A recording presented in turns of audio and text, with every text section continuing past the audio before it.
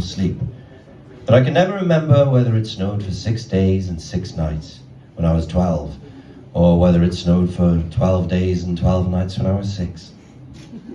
All the Christmases roll down towards the two-tongued sea, like a cold and headlong moon, building down the sky that was our street.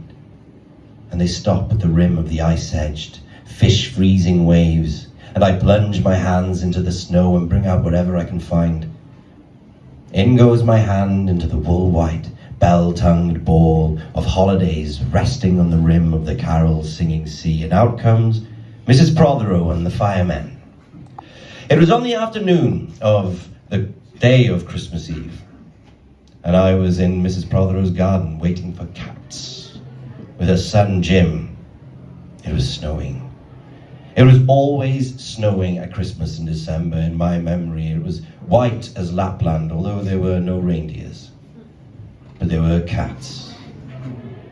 Patient, cold and callous, our hands wrapped in socks, we waited to snowball the cats. Sleek and long as jaguars and horrible whiskered. Spitting and snarling, they would slide and sidle over the white back garden walls.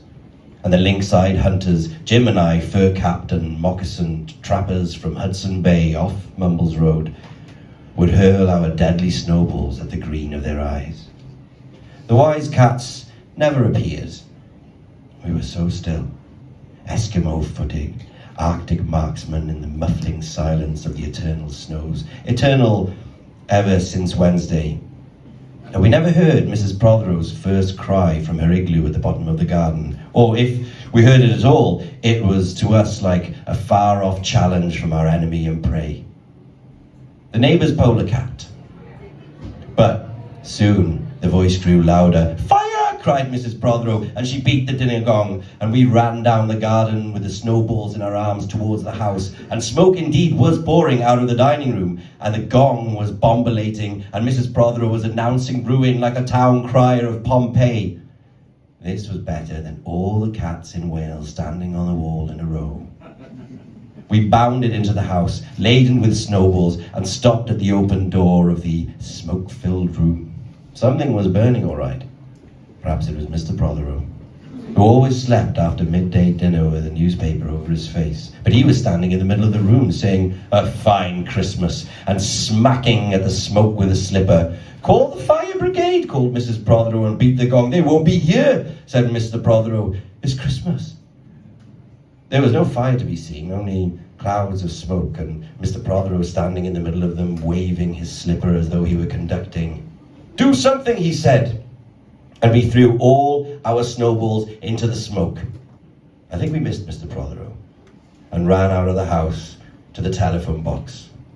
"Let's call the police as well," Jim said, "and the ambulance, and Ernie Jenkins, he likes fires." But we only called the fire brigade, and soon the fire engine came, and 3 tall men in helmets brought a hose into the house, and Mr. Prothero got out just in time before they turned it on.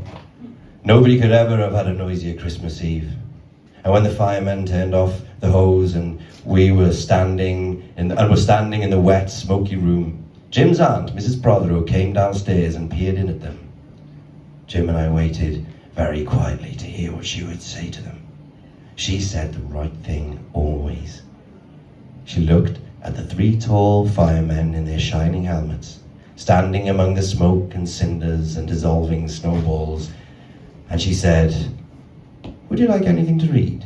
And it kind of goes on after that, but that's